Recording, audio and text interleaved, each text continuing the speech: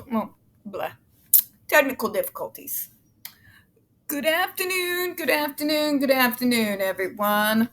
Welcome to another episode of Spilling Tea. I'm your host, Tiffany Daniels. We're going to that horrible world known as the JRC, but before we do, the usual disclaimers. Because the last vid there, full of Dr. Israel stupid, got me so hyped up. My kitty immediately jumped up and says, pet me, I will give purrs, calm down. I have a feeling this next video is going to do the same, so let's get into it, shall we? In the description box, folks, you're going to find a link to the article The Judge Rotenberg Educational Center Doesn't Want You to Read. It is written by NeuroClastic, a small non-for-profit started by Autistics for Autistics, wherein they interviewed and surveyed over 900 ABA professionals in regards to the JRC's so-called Behavior Modification Program. The JRC doesn't want you to read this article so much they have threatened NeuroClastic with a defamation lawsuit if they do not remove it from the website. So you know the drill. Please read that article and share on all your social media. We also have LinkedIn NeuroClastic's public statement regards to the defamation lawsuit threat and a link to their GoFundMe. We are crowdfunding in case the JRC has the balls to see through with their threat.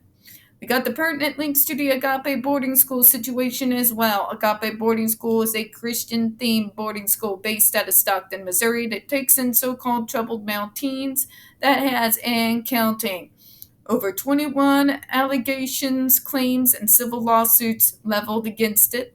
They have been substantiated by the investigations done by the Missouri Department of Social Services, and they include sodomy, rape, sexual assault, child abuse, psychological and emotional abuse, child trafficking, starvation, and that's just for starters. We've got one former staff member arrested by the FBI, another, a doctor who still lives on premises with access to the boys, up on multiple substantiated claims of sodomy, rape, and sexual assault of the boys there. We've got an attorney general who can't seem to figure out how to do his job unless he's suing Biden and losing again. And an attorney general that is hyped up on a power trip from hell. So please share those articles. Don't forget to share and sign the change.org Shut Agape Boarding School Down petition. We got the pertinent links to the Stop the Shocks campaign as well, including Autistic Hoya's massive archive on the subject. Jennifer Masumba's behavioral sheet of shockable offenses, a clip out of the 7-hour ordeal undergone by Andre McCollins back in 2002. The templates in the ever-present self-explanatory change.org Shut the Judge Rotenberg Center Down petition.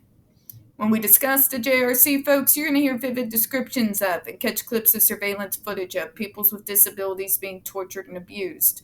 If you have young children present, please use your headphones. This channel is marked not for children for a reason. We use profanity and talk about dark subjects. If your child is 16 and younger, parental supervision is advised. Also, folks, trigger warning. We are about to descend into the mad ravings of a lunatic mind known as Dr. Matthew Israel. He's going to lie to you a lot. He's going to try to discuss things over which he has no expertise at all, zilch, nada, nothing. You're going to hear gaslighting, victim blaming, attacks on disabled self-advocates because he thinks we're weak. Try me, doctor. Fucking try me. I got your weak. And just being a general ableist garbage piece of a human being. So, be prepared for that, alright? Okay, the evidence from the research literature is quite clear, however. Positive only procedures are effective, where effective means reducing the problem behavior by 90% from its pre-treatment level, only 50 to 60% of the cases, a fact that has been demonstrated in 3 major review articles written by the key proponents of positive-only procedures. Here the fuck we go again! In actuality, doctor, those numbers are actually ridiculously high. And you're basing it again on only one treatment program. There are thousands, literally thousands of them. There is no such thing as one type of program fitting the needs of every single person with a developmental disability or mental health issue. There is no one size fits all. If you know anything about medical treatment, particularly this area of it, which I do, my friends who are doctors, psychologists, and psychiatrists who specialize in this area, unlike Dr. Israel, also do. You know that not one treatment can encompass all developmental disabilities, all behavioral disorders, and all mental health issues and be 100% effective. He's lying to you. What he's trying to imply that what he does in torturing these kids, in fact, works on 100% of them. It's a lie, folks. It's a lie. As we know, fear is effective. Psychological trauma and torture is effective for 5 minutes. There is no long-lasting. Doctor, you want to talk about data? Let's talk about data.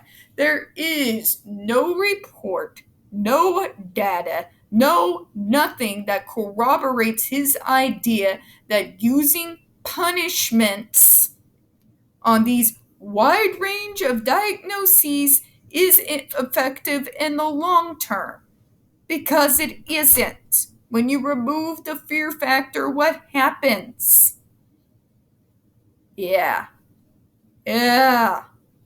So by what he's doing here, he's trying to infer, first off, that his program is so miraculous that it can encompass all kinds of mental health issues, psychoses, behavioral disorders, and autism and developmental disabilities, and it's 100% effective all the time. It's a lie. There is no one treatment on this planet that is 100% effective for everyone. It is literally a straw man fallacy that I don't even have to break a sweat to tear apart.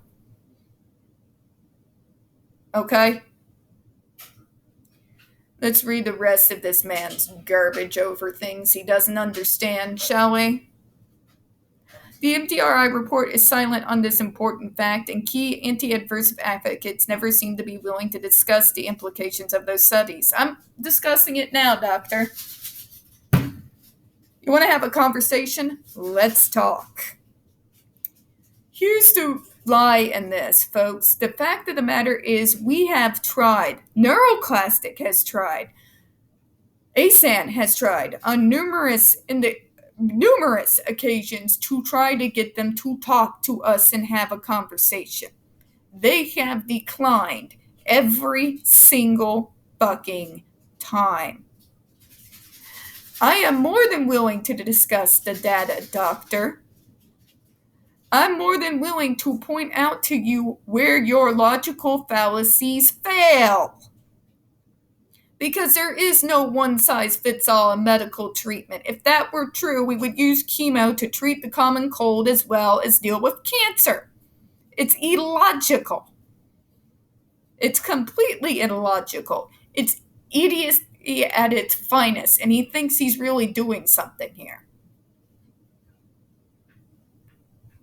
When I say I'm this guy's worst nightmare, this is the reason why. Because he sits there and says, you're not willing to talk about it. I'm talking now, doctor.